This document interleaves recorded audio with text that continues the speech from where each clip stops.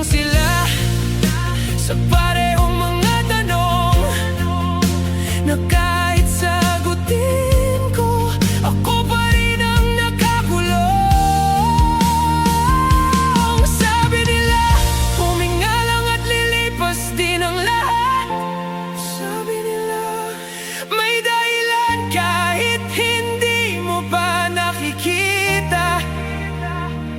Pero bakit habang pilit kong inaayos ang sarili ko, mas lalo lang ako